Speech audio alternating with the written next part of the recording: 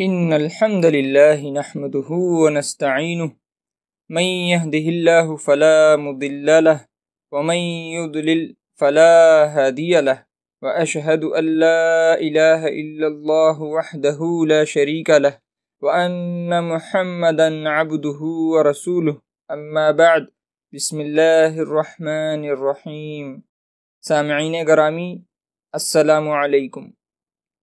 آج کا موضوع ہے کہ نبی صلی اللہ علیہ وسلم نے ایک فرد سے بیعت کیوں نہیں لی۔ روایت ہے کہ ان رسول اللہ صلی اللہ علیہ وسلم اقبل الیہ رہط فبایع تسعۃ وامسک عن واحد، کہ ایک مرتبہ نبی صلی اللہ علیہ وسلم کی خدمت میں 10 آدمیوں کا ایک وفد حاضر ہوا۔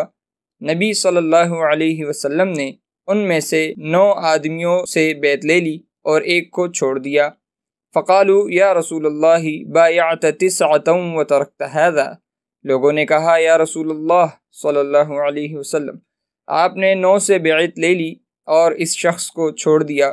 قال ان علیہ تمیمہ، نبی صلی اللہ علیہ وسلم نے فرمایا اس نے تعویذ پہن رکھا ہے۔ فادخل یدہ فقطعها فبایعہ، یہ سن کر اس نے گریبان میں ہاتھ ڈال کر اس تعویذ کو ٹکڑے ٹکڑے کر دیا اور نبی صلی اللہ علیہ وسلم نے اس سے بھی بیعت لے لی۔ وقال من علق تمیمۃ فقد اشرک، اور فرمایا جس نے تعویذ لٹکایا اس نے شرک کیا۔ سامعین، تعویذ کا لفظ باب التفعیل کا مصدر ہے جس کے لغوی معنی پناہ لینے کے ہیں۔ اصطلاح میں ہر اس چیز کو تعویذ کہتے ہیں جو رفع و دفع آفات و مشکلات کے لیے استعمال کیا جاتا ہے۔ سوچنے کی بات یہ ہے کہ وہ کون سی ذات ہے جو تمام مخلوق اور امور پر مکمل اختیار رکھتی اور کسی کو پناہ دے سکتی ہے؟ ظاہر ہے کہ صرف اللہ تعالیٰ کی ذات۔ پھر اس ذات کو چھوڑ کر کوئی تحریر، قرآن مجید کی آیت یا جنتر منتر کے الفاظ لٹکا لیے جائیں، بچے کی پرانی جوتی یا کالے پیلے دھاگے باندھ لیے جائیں، تو پھر اللہ پر توکل کہاں رہا؟ پھر تو ان چیزوں پر توکل ہو گیا اور یہی شرک ہے، کیونکہ مومن تو صرف اللہ پر توکل کرتے ہیں۔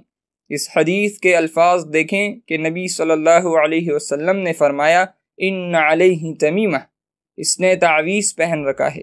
پھر فرمایا من علق تمیمۃ فقد اشرک، جس نے تعویذ لٹکایا اس نے شرک کیا۔ سامعین، جب عربی کے کسی لفظ پر تنوین یعنی 2 زبر، 2 زیر یا 2 پیش ہوں تو وہ اسم عام ہوتا ہے، یعنی ہر قسم کا تعویذ۔ یہی وجہ ہے کہ نبی صلی اللہ علیہ وسلم نے اس سے یہ نہیں پوچھا کہ تم نے قرآن، تورات، انجیل وغیرہ کا تعویذ تو نہیں لٹکایا، بلکہ اسے فوری شرک قرار دے دیا۔ سبحانک اللہم وبحمدک اشہد ان لا الہ الا انت استغفرک واتوب الیک۔ مزید دینی معلومات، قرآن و حدیث پر مبنی حقیقی دعوت جاننے اور سوال و جواب کے لیے ویب سائٹ www.therealislam.net کو لازمی وزٹ کریں۔